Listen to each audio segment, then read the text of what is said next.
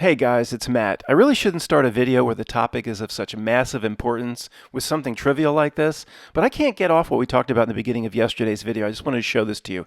This is the guy, of course, from Man on Fire, the La Hermandad guy. He runs off the cliff. This is the guy from yesterday. I can't get over this. It's the same guy. Well, I don't really think it's the same guy, but it's like I was thinking about that guy, and then Matt said, "You manifested this in some way. This person's not real, Matt. Who knows?" I've been doing this voice of this guy a lot, and all of a sudden, this shows up in yesterday's video right in my face. It's so strange. Okay, so this video is about part two, the work, the worry about yourself activities. In my opinion, the most important thing in this life, in this incarnation. And it goes along with a story here. Yesterday, second day in a row, gigantic thunderstorms moved in. We're in the high 90 degrees here outside Philadelphia with humidity levels that one of my meters just shows 98, 97, 98%. I guess if it hits 100%, it has to rain. It's so thick and you just drip. Well, any sort of thunderstorm or activity, I mean, it comes in and it just is very, very violent. And finally, the first two times it happened, there was no electrical loss. I'm not going to say lost my I'm not going to say lost my power anymore, for as you guys know. So yesterday's was very violent. The trees just smashing into each other. I've got little pieces and sticks everywhere, leaves everywhere. Okay, boom, there goes the electricity. And this one, is going to be bad. I made a phone call to a relative, not getting through, meaning their electricity's out. They're in Westchester. I just sometimes try to gauge how bad it's going to be because I have to go through this whole process of setting up the generator, pulling out the old 13-inch television from 1988 or whatever it is with its little VCR underneath, and then finding the VHS tapes, cassettes that James sent me for not power outages, for electricity outages. And then I get my little lamp out and set it up, and this whole process. And it's like, at first it's like you're relieved that no tree, caused major league damage to the house or anything else. That no tree went down. I've seen many go down over the years. Then, you forget how as human nature is, we forget how lucky we are, and we start focusing on the negative. It creeps in for all of us. And I got to set up the generator, and it's I have two little window air conditioners in the entire house, and one is like a portable, push it around. Typically, it's behind where I make these videos. And then, it's how humid and brutal is it going to be tonight? And you got to set up the generator. And then I thought, wait a second, okay, this is the key to this video. I thought, I think maybe one of the keys to this entire incarnation, in a way, is making memories, not having one day blend into the next. And I came up with a little slogan that works for me, and I blurted it out in front of the cats all day yesterday, and maybe it'll work for you. I want to share it with you. And it's kind of corny and whatever, but this is how memories are made. Now, what's happening today is great, because this is how memories are made. And I almost felt like if we don't make enough unique memories, maybe that's like one of the key not barriers, but thresholds in terms of a successful incarnation or life, making enough memories. So in other words, if the electricity, okay, you know where I'm going with this. If the electricity didn't, and I'll show you some more pictures of stuff around the house and what I set up in the generator, if anybody's interested. If the electricity didn't go out, what would I have done? Well, I went outside and I worked on the stove in the backyard. And I did the work I needed to do around the house. There was this ivy was growing up and getting under my shingle, and I cut the typical around the house work. Made the video. Then I'm going down at 7:30, 8 o'clock. Fifi Addie jumps on my lap, and I drink my 2 beers and watch whatever horrible stuff is on Amazon Prime. It would have just blended in to every other day, and it started to it was different yesterday. And the electricity, goes out a lot up here. But this was a little bit different because my one of my neighbors is a lineman for the electric lines. And he's on the same grid as we are. He's very helpful. He's in North Carolina on vacation, so he's not. And I kept learning, wait, this is different. This is how memories are made. As stupid as this is, I'll never forget this for the rest of my life. Because just some different things happened. It wasn't like all the other electrical outages that I've had up here. I've had a lot. And I'm like, well, and then I started thinking, maybe we have to hold on and make a certain number of unique memories for this incarnation or this life to be, I don't know, a success from the perspective of your spiritual whole or a potential part of you that's not here. Somebody ragged on me in the comments a few months back. Oh, somebody was so impressed with the way they could write. They just probably read their comment back to themselves 30 times. Oh, it's just vagary or whatever. They didn't like the term spiritual whole. Well, it's not that easy to talk about.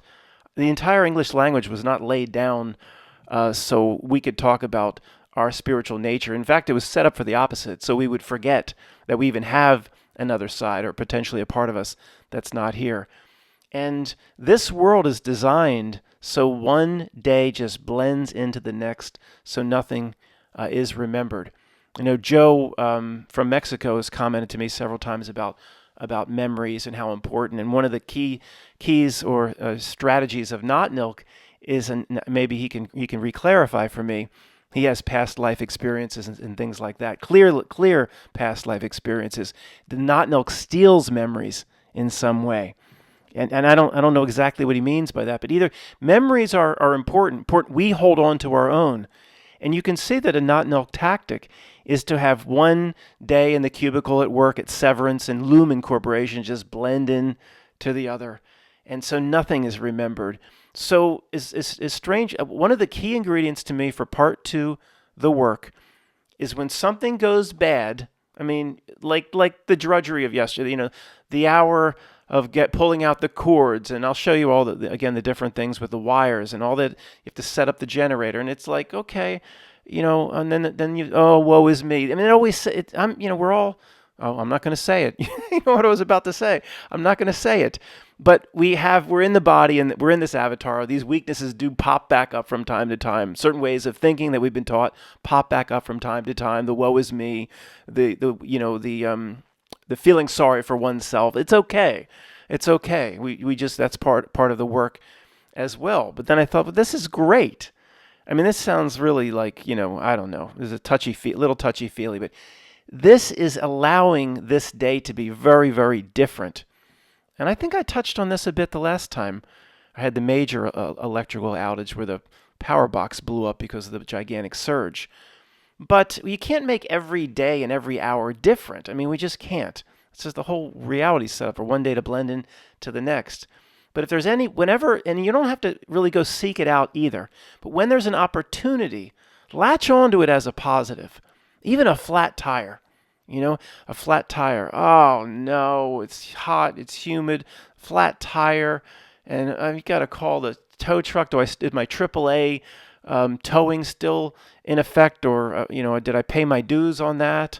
Or, but then just this is absolutely turning it around a bit, or as much as you can, is so important for part 2, the work. This is how memories are made. I'm on the side of the road here on Route 202, flat tire, and I'll never forget this. This will always be with me. This is in a way great, as bad as it is. Now, nobody wants to have these memories made by having your hand caught in a meat slicer or something. Isn't that what happened to Nicolas Cage in Moonstruck? I lost my hand. My brother got a wife, or whatever. Johnny Camilleri and Ronnie Camilleri. Ronnie, he's a troubled man. Right? He got I lost my hand, Loretta. Well, nobody wants to have that sort of making a memory. This is how memories are made.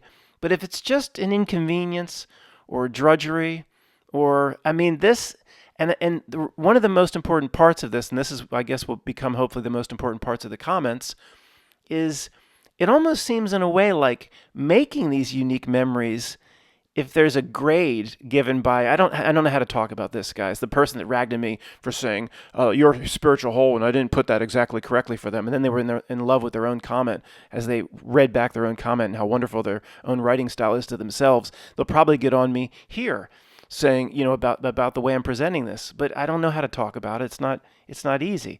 It's like, is a grade your whole spiritual self gives you this particular incarnation, if what you believe, say Tony's belief set, the simultaneous incarnations of higher self, the various incarnations all happening at once on the vinyl record.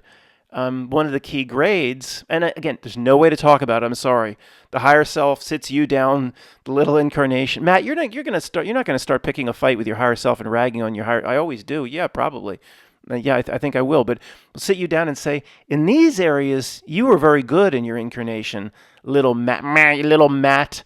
But in this area, and I have been bad at this, guys, very bad. In terms of part two, the work, I have so much to do here. Matt, you let one day just blend into the next, and you made your video and you looked over the emails that came in from people and you learned from other people and you did a good job getting out, things that people need to know and disseminating information about how reality works. You did a good job there, Matt. But then you did your little house stuff. And you painted your fence and did your little stuff around the house and roamed around without being social with people. And then you just you got your IPA beer and you went downstairs and your fifi-atty girl cat jumped on you, and just one day just blends into the next. In that area, Matt, you failed. What does it mean if I failed? You go down and do it again, this time outside of Delhi, India. You failed, Matt. And so I need to, there's always time. There's always time to make the correction. One of the things it does intrigue me about a lot of the evangelical Christians that have contacted me and sent me emails over the years, and it's more of the John 3:16 thing. And a lot, I know, I shouldn't speak for evangelicals, but I've talked to many. I've collected a lot of information over the years, but many believe. I mean, you can be very bad throughout your entire life, and even in the last day or the last few moments, if you truly, per John 3:16, accept Jesus Christ, Lord and Savior, wholeheartedly, it can save you, no matter how bad you were. I know a lot of Christians believe that. So this is a little different. I don't think we can jam a whole lifetime of memories into the last week of life. Say, I'd let one day blend into the next. The Pink Floyd song, Time. And then one day you find 10 years have got behind you. I mean, go listen to Time again. It's incredible. That Dark Side of the Moon album is incredible to me. Every July I do the Pink Floyd July in the car. And although I have 25 songs, I typically stick, Learning to Fly and I was going to say Silent Lucidity. That ain't Pink Floyd.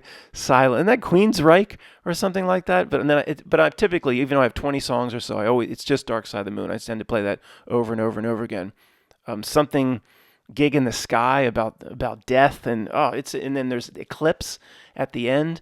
But the song Time, then one day you find 10 years have got behind you. Nobody told you where to run, you missed the starting gun, something like that. It's very interesting, and it's true. If as you go into the Lumen Corporation, and one day blends into the next, and even routine drudgery with the family to a degree, and one day you find 10 years have got behind you, and the only way to combat that in this reality, in this incarnation, is to make memories. And that's why so many people, in my opinion, are addicted to travel and seeing the world, because it guarantees a made memory. Somebody I've corresponded with here on the channel have gone to visit the pyramids in Egypt, and they do a lot of travel, and others. That's one of the reasons people travel. It's a made memory that will always be with you, but it doesn't. You don't have to spend thousands of dollars. About twice a year, I come back to this scene in The Last Samurai with Tom Cruise. The perfect blossom is a rare thing. You could spend your life looking for one, the perfect blossom, and it would not be a wasted life. Katsumoto, your entire life, he's saying, nothing else, devoted to looking for the perfect blossom, and it would not be a wasted life. Most people would say, well, how's that? That doesn't make any sense.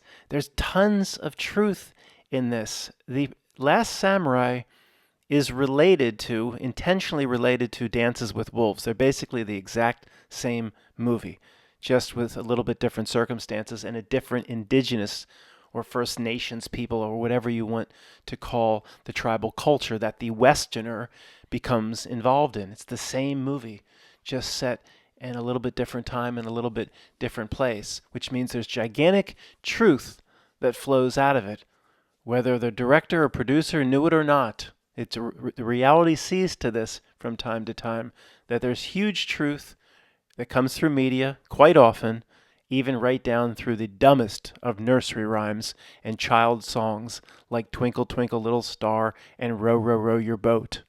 But we've never spent a ton of time talking about the various levels of truth being presented in this one scene. So let's do that now. The first thing that pops out at me is you don't need anything complicated or intricate or giant tomes, esoteric tomes, to be a, quote, winner in your life, in your incarnation. However, this is the last time I'm going to put all the variables on the table, whatever you need to do for your higher self, or you understand what I'm saying there. I don't have to clarify that every single time. I might use stupid, dumb, simple terminology like a life winner. You know what I mean? It's hard to talk about. Did you do enough in this incarnation? Okay. That being said, I won't explain it again further until the next video. Don't need anything around you. You could be on an island and you have all the tools you need on an island to do what you need to do for your spiritual whole. You could be, what's the most simplest life imaginable? Imaginable anywhere. Somebody that just from birth looks for the perfect blossom. There is nothing more simple and than that. And Katsumoto saying it still would not be a wasted life with a asterisk, with a proviso, if that person was doing the right things, not just going about the rote task in a mindless fashion looking for the perfect blossom with the scientific Stephen Hawking metrics of what makes the perfect blossom and pulling out that ruler and saying, oh, the perfect blossom, according to Stephen Hawking and the scientists here on Earth and the people at Dartmouth and Brown and Cambridge, they say the perfect blossom, the top flower needs to be a certain ratio. That's the golden ratio to this. No scientific ratios. Of course, nothing to do with objectively the perfect blossom, the way some botanist, whatever that is, says is the perfect blossom. He's talking about the search for the perfect blossom. It doesn't even matter the finding it, the worry about your sub-activities, the personal spiritual growth that can be done in a lifetime of just looking for the perfect blossom. What the person would learn via the experience. It has nothing to do with finding the perfect blossom. In this instance, the perfect blossom is not metaphor. It's literal, okay? But there's, of course, deep meaning and other meaning, but I hear some people yelling at me, perfect blossom is finding yourself. No, it's not metaphor in this case, particularly because Katsumoto is touching, they're in a setting of these cherry blossoms. He's touching a blossom, and they're specifically referring to something physical right in front of him. He means the process of going about finding the perfect blossom and the personal journey the person would go on in doing that and trying to find, or what it means, what the person would find first and foremost, that it's what the perfect blossom would be to them is most important, not what a book on plants and botany would say is perfect, or what would win an orchid competition if they still have those, of which I used to compete throughout the Western states. No, the book, whatever the authority says is the perfect blossom, that's irrelevant. It doesn't matter the process of what it means to you. But in this case, if somebody's trying to yell out that it's metaphor in this case and it means something deeper, no. In this case, what we're talking about here, and as it's presented in the movie, he's talking about a real blossom, a flower. Here's an image of the full text of what Katsumoto said. And remember, the context of specifically what I'm talking about here is the electrical outage being an opportunity for my new phrase of this setback or this supposedly bad thing in life. This is how memories are made. And I certainly don't mean to imply that only bad things that happen in life stand out and are the opportunities for memories to be made. Every moment is an opportunity for memories to be made to a degree. And we don't have to be perfect. This life is designed so one day blends into the next, and it's okay if you go, oh my gosh, a month just went by, and what did I do? And it's okay. We don't have to be perfect. The standard of the Buddha is ridiculous. No, we don't just need to be good enough, improve enough to be satisfied. We did enough per our own standards. So here, the perfect blossom, you're already reading ahead anyway, I'm sure. The perfect blossom is a rare thing. You could spend your whole life looking for one, and it would not be a wasted life. Okay, we looked at that. He keeps talking, Katsumoto. to know life in every breath, every cup of tea, every life we take as a warrior. This is Bushido, the way of the warrior. I come to this place of my ancestors with the cherry blossoms, and I remember, like these blossoms, I remember we are all dying, begin and end. Perfect, these blossoms. They are all perfect. Now, one part of that is particularly moving spiritually to the Tom Cruise character. And after Katsumoto says this, they pan to Tom Cruise and he, under his breath, repeats, life in every breath. Never had considered anything like that. Being, I guess, you're supposed to imply that being around this Japanese samurai tribal culture and away from the West, away from the not milk influence as it existed at the time, he has a whole new world of understanding is opening up to him. Life in every breath. He never considered that possibility. Every moment is life, not looking forward to what the next promotion in the military is going to be or the next battle, or always looking ahead. The Western man and woman is trained and conditioned from birth to look to the past and look to the future, just as Yoda said. What he is doing, mind the current moment, the now moment, life in every breath. A full life can experience. You don't need anything external to help you.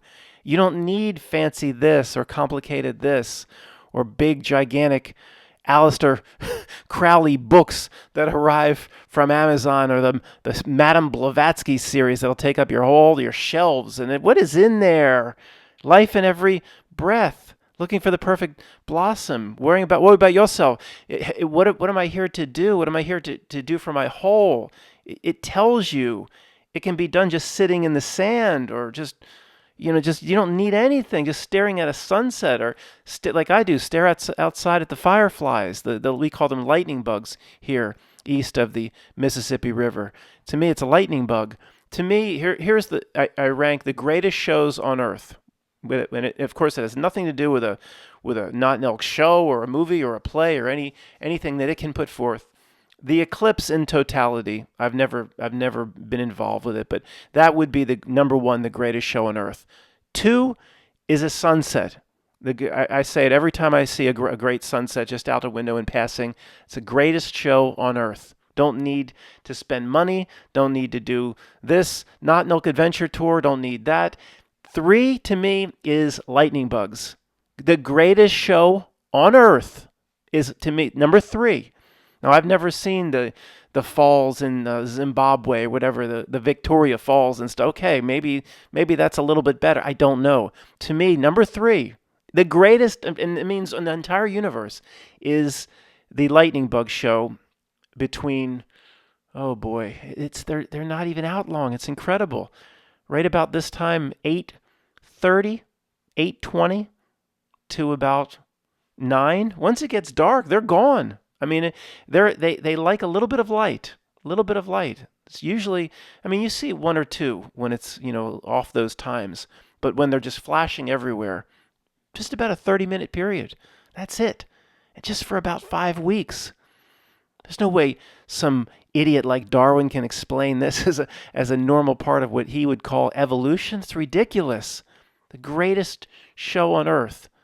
One could literally stare at lightning bugs every night when they're out, and your whole life revolved around that. What is that? Learning from that, it would not be a wasted life. So relating all of this to my particular set of circumstances yesterday and what I talked about to start this video, violent storm comes in, electricity goes out, trees banging around, limbs flying around, and then it passes. And okay, initially then grateful, much gratitude and grateful that there wasn't any damage. But what's human nature? What sets back in? Oh, now the woe is me. And all that gratitude's gone, and get the generator out, and oh, where are all the power cords I need, and how long is this going to, and it's starting to get hot and humid, and oh, this is a real bad one. It's going to be brutal all night. And then you run the cord through the opening in the window. Then you run your cords. Then you run your cords and your extension cords through the house. And you get, where's my old 13-inch television with it? But then you forget, the gratefulness goes away. And part 2 of the work is to hold on to that. It's human nature. It's okay if it went away. We're not perfect. And where's my little lamp? And Zara's like, what's he doing? What things are a little different in the house? Zara's looking around at me. I was like, Zara, can you help me with all this? And she's like, get lost, you fool, you free. And then, so the gratefulness goes away. So for me, in improving on part two, the work, the worry about yourself activities, it's twofold. Holding on to the gratefulness, or almost the euphoria of when the storm passed, how great the feeling was when the winds settled down. And once that initial front part where the cold air mixes with the just ridiculously hot, humid, holding the atmosphere is holding tens of millions of gallons of water from Maine down through South Carolina as this line of cold air and dry air comes through. It's almost a euphoria that, okay, the winds, now that this is the first, what I say is usually it's the first 5 minutes are the most dangerous. Once the temperature drops down and it loses a little bit of its energy, and then, oh, euphoria, oh boy, this one could have been bad. There could have been windows broken. And then the work is to hold on to that sense of that gratefulness and how great I felt when the winds died down, even though it continued to rain for another 15 minutes. Hold on to that. I'm not going to be perfect. Maybe every time I can hold on to it just an extra 5 minutes or an extra minute at a time, small incremental steps. But the most important part of what I was talking about here is me belting out, this is how memories are made. This day, because of what happened, and it doesn't always have to be bad, it's just the easiest way to see how these circumstances apply to what I'm talking about.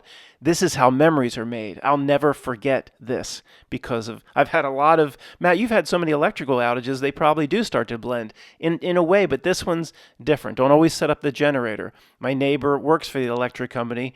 He's typically very helpful. He's on vacation, and so he's away, so he's not, can't help. And so just a lot of different sets of circumstances regarding this one. But either way, I mean, there's certain elements of what happened yesterday I will always remember.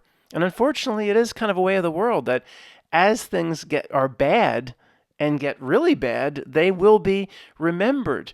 And that's something bad is the easiest way to hold on to a memory. And so one day does not blend into the next, and one day you find 10 years have got behind you. Nobody told you where to run. You missed the starting gun. We can learn via part two of the work to do the same thing with good times and good times, good days, good experiences.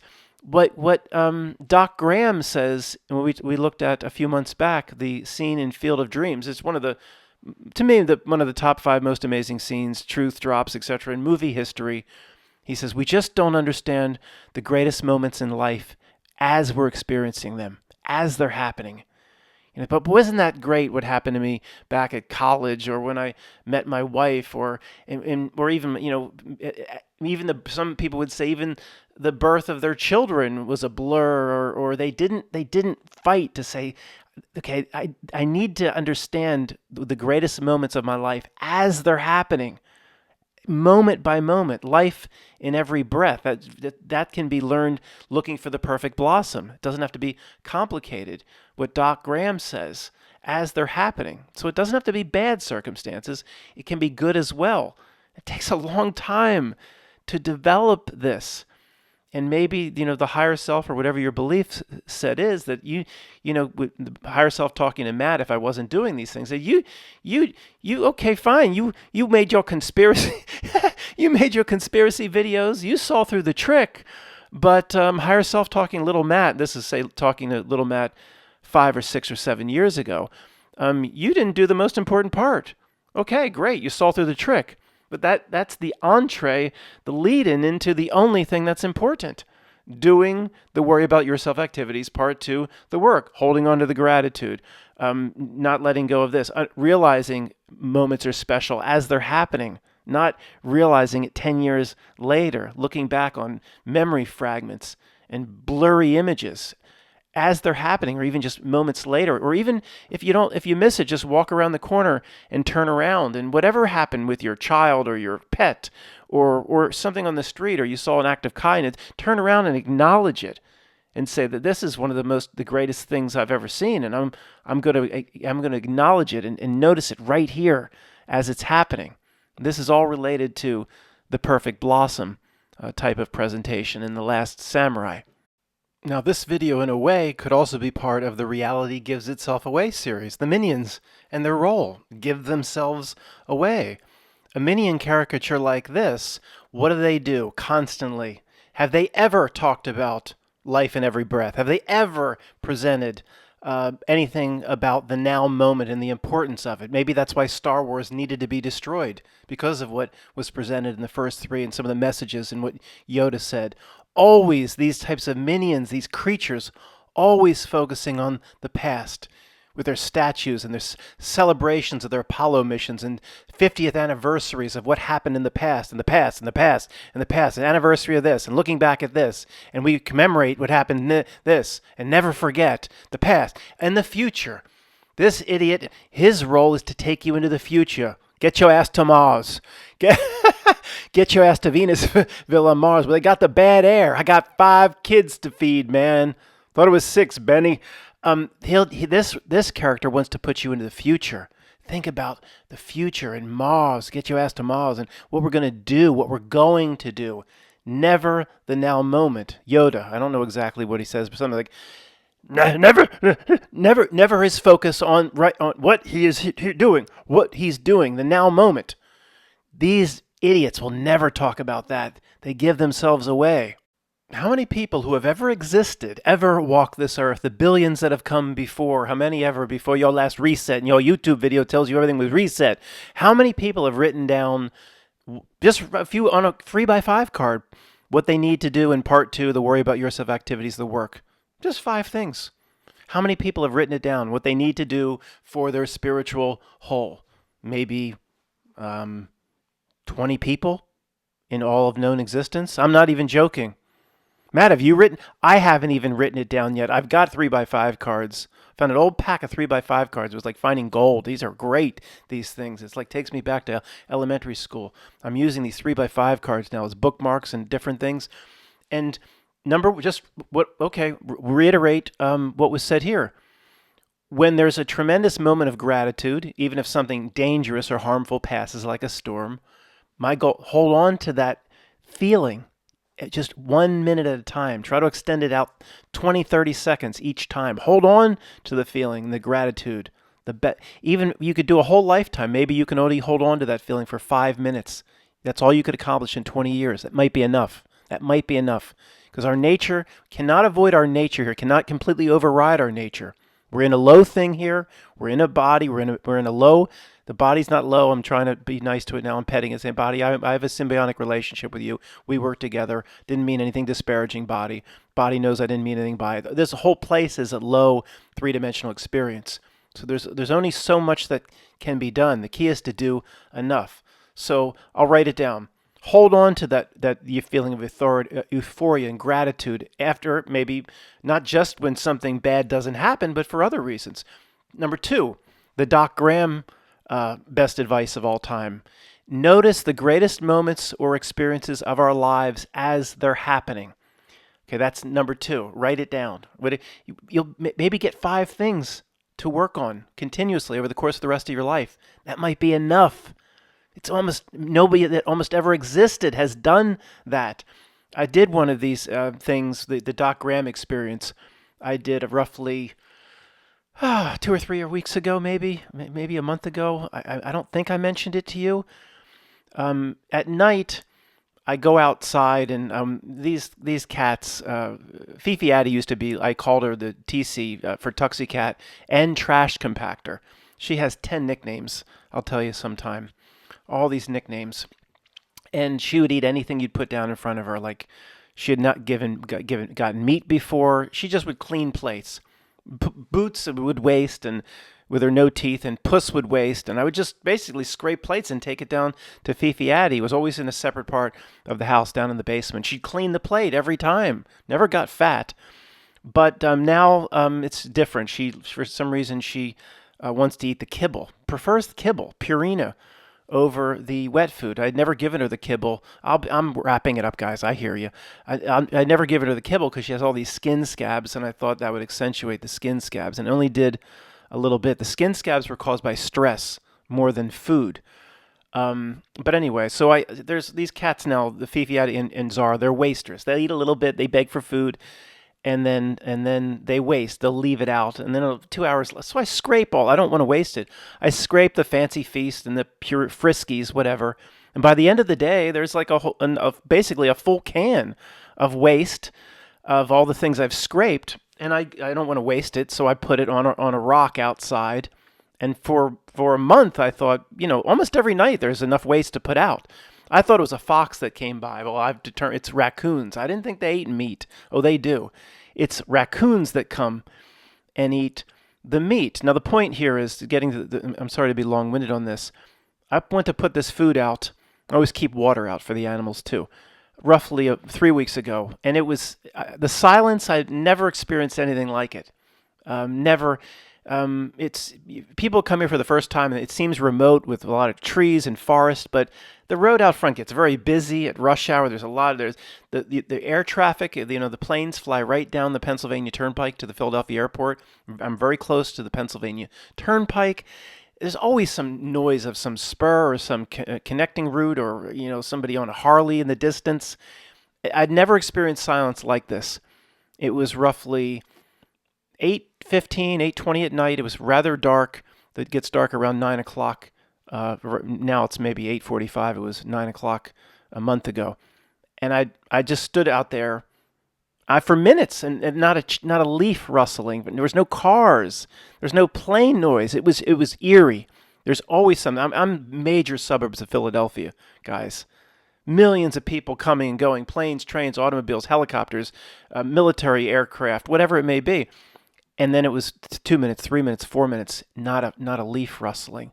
No, the neighbors here make noise. There's groups of people here and groups of people there, and all sorts of stuff going on. Even though I have a decent amount of forest land separating. Anyway, and I did the doc. Whole point is, guys, I'm sorry to be long-winded. I did the Doc Graham. I said this is one of the greatest moments of my life. This is incredible experience. I'm not, Matt, you just saying that to make you, no way am I, you can't fake it to make it here. It was incredible. I had never experienced silence like this. Nothing, no bugs for some reason. It was almost alien. I said, I'm gonna take this in right now. This is one of the greatest things that ever happened to me.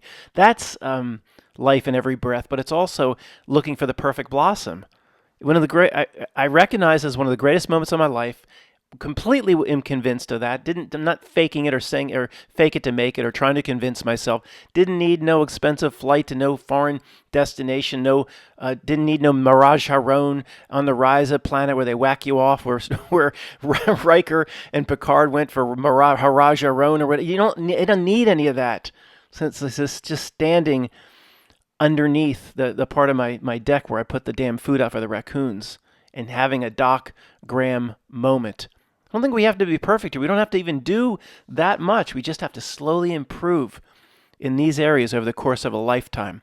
And the third thing here, and I am writing it down, I have my 3x5 card that I went and got. I am going to do better in terms of recording this stuff that we talk about. Not that any one here is more important than the other, but the original focus and reason for me making this video was this one. Me belting out yesterday, screaming around the house. This is how memories are made. It's not, okay, yeah, it's bad. Oh no, we lost electricity in the storm. What about the euphoria and how great you felt that there was no damage? Fuck that. I don't care about that anymore. I have to go, oh no, I gotta dig out the generator. Oh no, oh, it's getting hot. That's part, you gotta write that down too, just to not get into that mode, not to fall back to that. Think of just concentrate how lucky that there was no damage, and then start. But it did help me overcome by belting out around the house, just saying, this is how memories are made. Defiance of Pink Floyd time, and then one day you find that 10 years have got behind you. I'll remember every bit of this experience. And I have to learn to remember the experiences in the same way when it's just a normal day, or something pretty good happens, or make something memorable. But we don't have to go overboard on this. It's like I'm coming out of the Aldi and I just paid for my food and I need to make this memorable. I've got to go back in the Aldi and I don't know, try to juggle tomatoes in front of people. And the last one I'm about to drop, throw it way up in the air so it smashes down on the ground, the tomatoes, and then run out of the Aldi. Well, that would be memorable. But we don't have to do all that. This is the way reality is. One day we'll blend. We don't have to be perfect here, guys. We can do better in terms of making. You have to make something memorable, as I did in the IKEA once. I'll tell you the IKEA story. I don't know if I've ever told you this.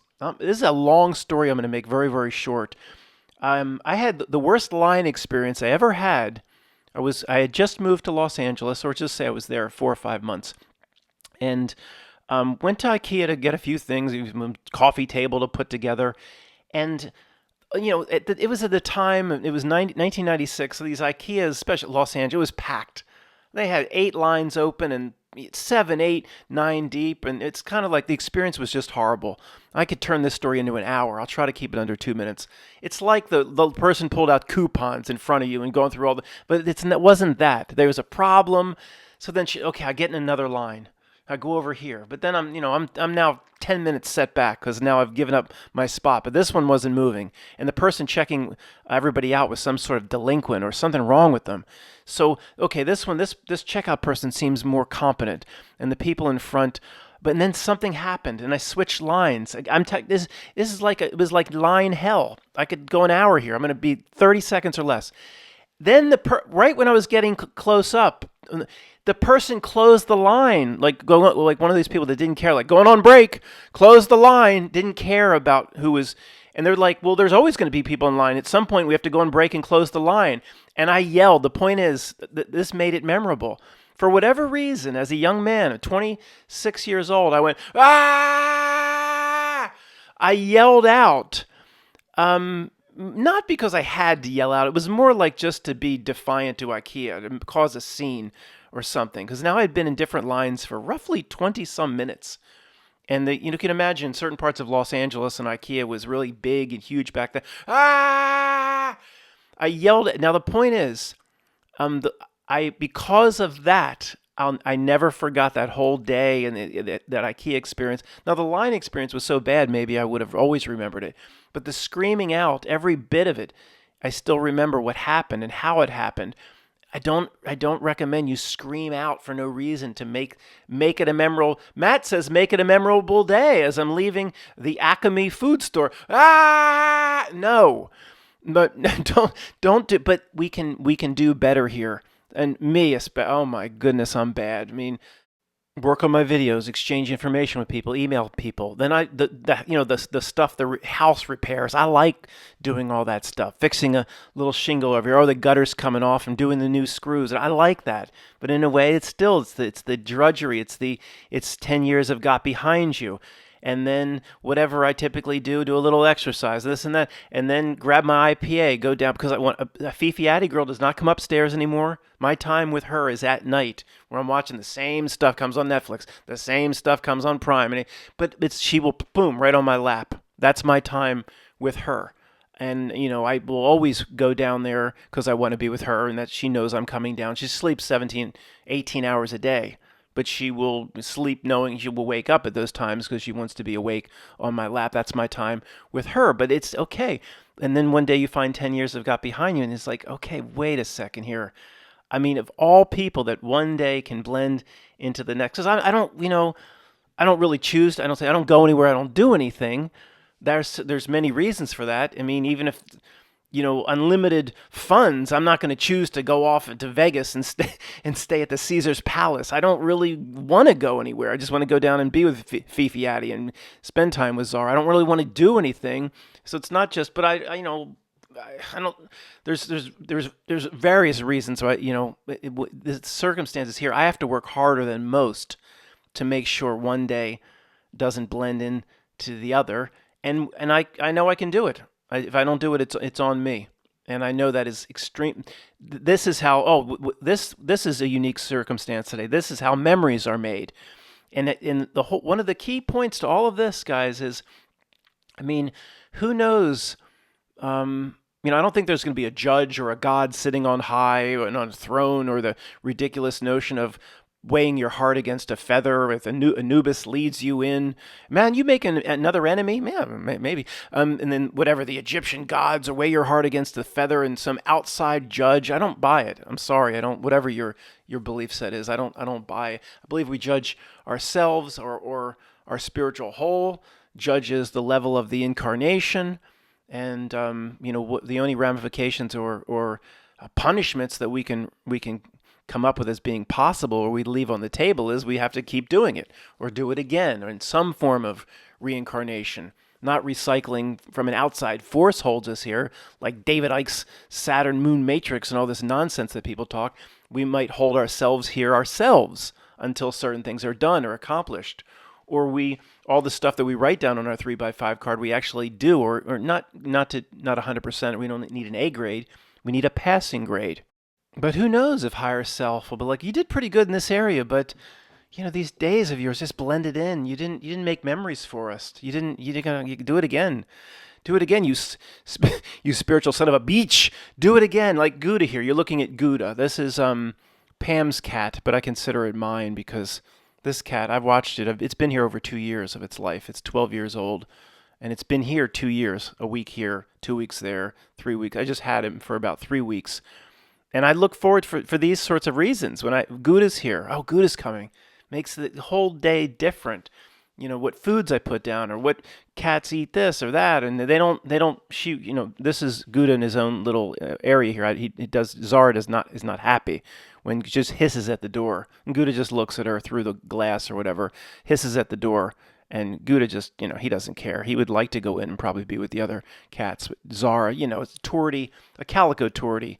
This cat can have a real bitchy attitude. A tortie is called tortitude, and there's a reason for that. Just hiss nasty, and then she'll calm down after a day and say, okay, she knows Gudda's going to be in there a few weeks. And I've watched Gudda so many times. But Gudda comes, okay, my whole day is different. And that's something, and I hear these people yelling at me, that is pretty pathetic, man. That's lame. That's lame. Oh, gee, your life is really improved. Your life is really special and exciting. Now you got a cat in the damn room, but where your laundry is. I mean, okay, but that's the perfect blossom. That can be just as meaningful to me, or just because somebody's comparing that to, I just took a vacation at Caesar's Palace. Well, one is not better than the other. It has nothing to do with how much money's spent or the exotic location traveled to. It's one can spend an entire life looking for the perfect blossom, and would not be a wasted life. So I'm doing better now. I'm saying, well, this is different. This is how memories are made. It's something different introduced. I'll give you something trivial. It's some of the trivial things can be the best things. And what a shame if we are conditioned to experience something bad in order to make the memory, or we need something bad to make the memory. Whether it be that ice storm that took my electric out for 7 days, it was, or it was 8 days for the power box, electrical box blow up. That was just about 3 years ago. Those two events combined, it was down for almost 16 days. I remember hundreds of things about both of those experiences. From the ice storm, keeping the wood stove stoked up, making sure I had the logistics of the dry wood. The sun goes down at 4:55, and everything's just pitch black. Nobody has electricity except you hear generators in the distance. I didn't have a generator at the time. Just sit at 4:55, pitch black, sitting there with your 6-pack and your radio, your little radio, and your loaded 9mm every night when I guess Belle's running around. Or was it Belle? I don't think Belle was even there. It was just completely alone. But I remember every bit how I had to get water because I have a well, and all the things I had to do to get by. And then the electric box blew up, and that was a different experience because that was the end of October, so it was warmer. We had 2 really cold days, so I had to stoke up the wood stove in October, which I never do, and that was so strange doing it in October when all the leaves were out. And so all these memories made because of these bad circumstances. And I've been thinking recently, this is wrong. We shouldn't have to wait for bad to make the memory. You've had somebody die, or a loved one, or horrible tragedies with people around you, and yeah, you're going to remember almost every bit of all that. but why shouldn't we remember the good? And the memories have to be. Maybe that's part of the metric of your whole, your higher self will say, you made some memories, but you look what you remember everything that was bad. You remembered. You remembered, but my mother when I graduated Penn State as my like graduation gift. This is like people like that's a heck of a gift. Well, that's the best she could do at the time. She gave me her 1985 Ford Tempo. Now that could be considered one of the biggest pieces of shit of all time. There's certain years for the Ford Mustang that are considered some of the biggest pieces of shit. This car, this car wasn't even 85. This car was pushing 8 years old or something, not even. And it was leaking oil and all sorts of, but it mostly ran, and I needed a car. I needed to get a job after Penn State, and my mother gave me her, it wasn't worth much, but I needed a car, and I never had a car, nothing. It was a good gift, okay? But I remember shortly after I got it, in the winter, it was one of the coldest days of the year. I remember it was in the teens, driving on a highway, and it's left me on the side of the road, stalled out. But I kept, the heat should be on. It's ice cold, the heat. No, there's no heat. Like, what the heck is going on? Why doesn't my heater work? Well, I look over. It's windy and it's in the teens. I look over and the temperature gauge, hot to cold, it is pinned on H, hot, as hot as it gets. Well, how's it pinned on hot? And there's no heat. It's ice cold. Well, then the car just boom, just shuts off. Well, what happened with all the fluid, not the transmission fluid, the antifreeze, which also is a coolant. The antifreeze that just cracked under the car was such crappy metal. Ford didn't start making good cars again for 5 or 6 years, and then they definitely improved. All the antifreeze dropped out on the highway. Had no antifreeze, nothing. There was no coolant to cool the engine. The engine, luckily, the emergency cutoff worked, and then just pull over the side, and then I had to walk whatever, not that far, fortunately, just it was not even a half mile down the road to the old Valley Forge Music Fair in the Gateway Shopping Center, Devon exit of Route 202. Many of you might know that, on your way towards King of Prussia. Walked down there, called somebody from, a payphone. So this is payphone times back in the day, to come pick me up. And I didn't know anything about cars at the time. Once it cooled down, it started right up and would get hot again, was able to limp it and coast it to a gas station. That a lot of gas stations back then also did work on cars, and that's very rare today. But okay, the point is that, first it was traumatic because, here I am, I'm not real dressed real well, but I'm in, my, what would have been my early 20s. So I'm, invincible. I'm not worried about anything. Now, if I didn't have the right coat on and I was on the side of the road in the teens, I'd be like, oh shit! I'd be all afraid. Well, you get more afraid as you get older. When you're young man, it just nothing bothers you. Like anyway, so, but I remember every bit of that experience because of the trauma and how, it shouldn't. Okay, one last time, guys, this is getting long. The work, if you want to write, you're going to write a few things down a 3x5 card and try to live by it for the rest of your life. It shouldn't take bad things to make memories. And I think the place to start is kind of the Doc Graham mantra, but that's not quite right either, because Doc Graham says we don't notice the most amazing moments of our life as they're happening. And how often you can have the most amazing moment of your life once a week, or no, every day, no, when you come out of that Aldi, no. But like that's putting the food out when it's just quiet, eerily alien quiet. That was one of the most amazing experiences of my life, and I'm proud of myself for noticing it and saying, okay, this is what we're supposed to do, taking it in. I've had moments looking at the Fireflies, when just more than you would ever expect. Boom, boom, light, light, light, light, light, light, light, light, light. I know people say the populations are down. Not here. And I say to myself, every time the Fireflies come back, I say to myself, or mid-June, I say to myself,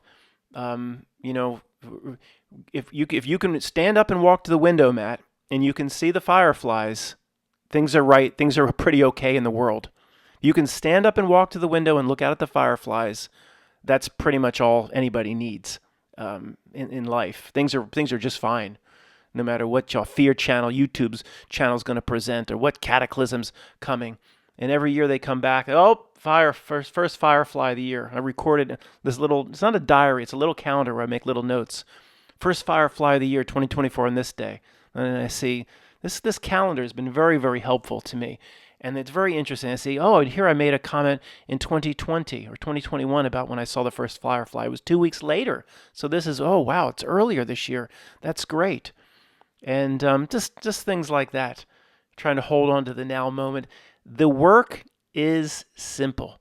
That's why you don't need no philosophers.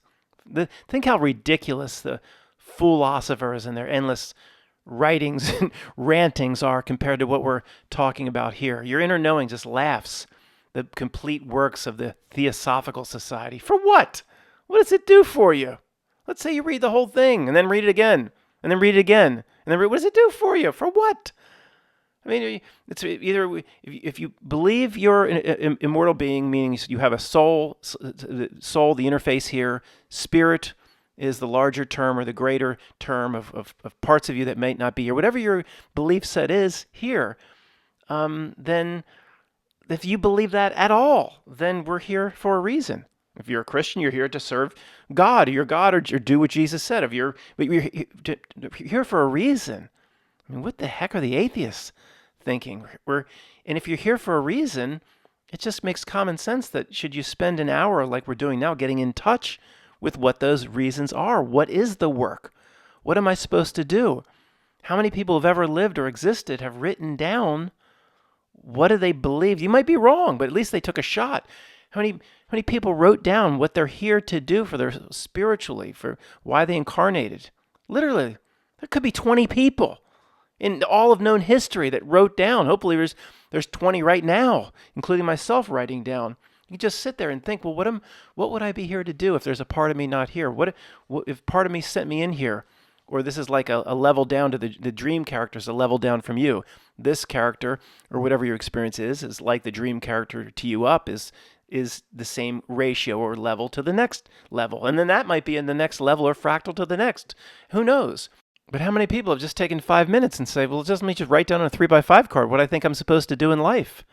And when you do this, the things we've all pursued, not just in our truth community, but your family, your friends, becomes so pointless, so ridiculous. Just look at our experience, worrying about what happened to the side. I just laugh thinking about it. What happened to the side of the Pentagon? Look how ridiculous those pursuits are compared to everything inside you and me both screams out that, yeah, we're here to do a few things and to work on those things. It's related to the way he presents the perfect blossom. How absurd is trying to figure out, how buildings were constructed or what the mud flood was all about and all the stuff. And as long as if it's put forth as important, it's ridiculous. If it's put forth as something that's intriguing and interesting and a side hobby to what we're here to do for ourselves spiritually, then that's fine. But how many truth channels put it forth like that? Very few, or none that I've ever seen.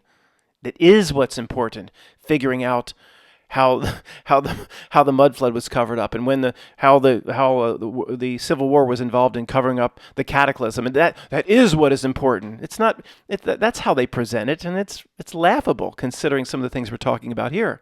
If it's presented as, hey guys, your spiritual work, this is that, but this is just a hobby channel, and look at some of this architecture, and isn't it interesting? And isn't it? It's not really important at all if we figure it out, or if it's part of the reality trick. It's not presented as a hobby or as a tiny little sidebar to the things we're talking about here, is it? Now, I'm not bringing Melissa Bell, the CNN correspondent, back here into this video for the reasons you think, based on yesterday's video. I'm not going to say anything stupid like, I'd like to butter your muffin. Well, Matt, you just did. I'm not going to say those sorts of things thinking she may be watching. And let's just stick to the point. Melissa, it would be really a beautiful experience to bathe with you, Melissa, in the Seine, or to swim with you at night, and then we could go to a restaurant together. What do you think of that, Melissa? Sorry. See, she'll remember, let's just assume that the CNN correspondents are the real spiritual entities, are the same as you. I know it's hard to believe, or it's hard to bridge that, but just assume that the people on CNN, Les Anderson Cooper, are the same as you spiritually. I know it's suspension of disbelief. Just go with it. So she will remember in a way we should envy some of these correspondents. She got into the she got into the water with she have a wetsuit on? Come on, honey. Got into the water with the mayor of Paris. So I wonder, as I was watching this, I wonder if she even got permission. Matt, it's breaking down. Yeah, we'll have a little bit of fun. The important stuff's over. I wonder if she even got permission from the mayor's office, or to be part of this stunt. They position it like she was with the mayor, and it doesn't seem that way. It seems like, Melissa, why don't you just get into the water, and we'll make it seem to the audience, we'll bamboozle these idiots that you're part of it. And it's just anybody could get into the water and film and say, I'm part of this. I don't think she was. I don't think the mayor of Paris even knows who she is. And Melissa, if you need me to console you about that, I will. But see, she'll always, in a way, I envy her. Like Brad Pitt, the gods envy us in Troy. We're mortal. Any moment may be our last. When that happens, things are more beautiful. Do we make it more beautiful? Go watch the Brad Pitt soliloquy, whatever that is, with the gods envy us speech in Troy. It's one of the biggest truth drops of all time. We need to do a whole video on that soon. But assuming she's the same as us, she'll never forget that got into the water. And whether it was with the permission of the mayor, or we just bamboozled the audience, that I was part of this all, and to me, she plopped down in the water. They filmed it, and the audience thinks she was like the mayor approved this or something. She probably is a block or two upriver or something. I don't know. It doesn't matter. But she'll remember it, and think of the life of these correspondents. I wouldn't want to be one. I don't envy it. I wouldn't want to do it for a second. Of course, how would that work out? Just as a sidebar. Matt trying to basically see through the trick of this world, working for a news agency.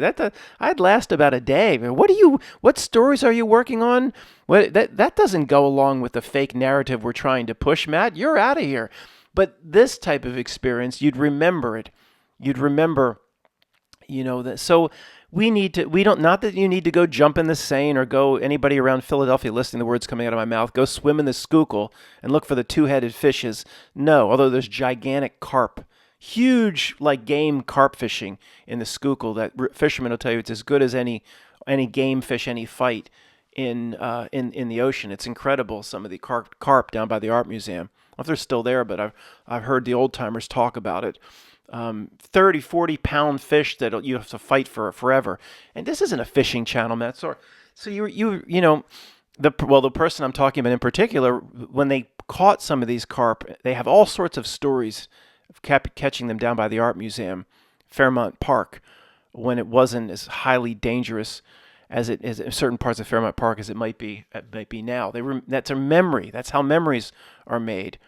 And we need to do, and remember, the point of the perfect blossom here is you don't need to go catch a 40-pound carp in the shadow of the Philadelphia Art Museum and all that. You don't need to get into the Seine River and make the memories. I think that might be part of the biggest lesson of the perfect blossom. You can actually learn, if you get good enough, to make life memories from just something as mundane as looking for the perfect blossom. That might be the greatest message of all that comes out of that scene. There's nothing more mundane in the world. The popcorn cruncher that went in and saw Last Samurai. They just got their large popcorn. You want butter? Extra butter. You got answer? Extra butter. And the popcorn crunchers, it was like, when's the samurai going to fight, Daddy? This is no fun. So they're crunching their popcorn. Most don't want to be an American idiot. Those people. And they said, what's this idiot, this samurai talking about the perfect blossom? Daddy, how could looking for the perfect blossom not be a wasted life? That's a waste of time if you ask me. They're not going to get it. They're not going to get it. It's another Tom Cruise Mission Impossible 4 movie to most people. But to us, the truth comes through media. It does come through Hollywood. And by the way, when I said about Jack Black yesterday that I tuned out, I took that, and there's nothing original that ever comes out of my mouth. I stole that from the opening scene of Reservoir Dogs. The opening scene of Reservoir Dogs is just, I'm not a big Quentin Tarantino. Matt, it's breaking. Yeah, it is. Haven't you noticed it's broken down? I'll just, another couple of minutes, and it's all trivial from here on out. Quentin Tarantino, I'm not a big fan. I think Pulp Fiction's way overrated, but there's some real unique stuff he's done. I give him credit where it's due. The Kill Bills are awful, but the first 10 minutes of Reservoir Dogs or 15 minutes is just phenomenal. It's just the banter back and forth at the diner. And what I'm referring to is when the old Mr. Brown, the older guy, Eddie, whatever his name is, they're talking about Madonna and what the like a virgin means as a metaphor for, according to Quentin Tarantino himself, he's actually pretty decent. Usually puts himself in his movies too much, but he's decent in this scene as another hitman at the diner. He thinks it's a metaphor for big dicks, like like a virgin. Matt, it's breaking down like dick, dick, dick, dick, dick. Anyway, so then the old guy, Eddie Bunker or whatever, he's talking about Madonna. It's so funny to see an older person. To us, that's the way I thought of it, because I saw that for the first time, I guess, when I was in my 20s. And he says, to make a long story long, he says, I used to like the Lucky Star stuff and the Borderline stuff. This is an old guy saying this. He says, but when she started to do the whole Papa Don't Preach phase, he goes, I tuned out. So anyway, that's where when I said I tuned out to Jack Black after Shallow Hal, that's where I got it from, because there's no original thinking here ever. Thanks for listening.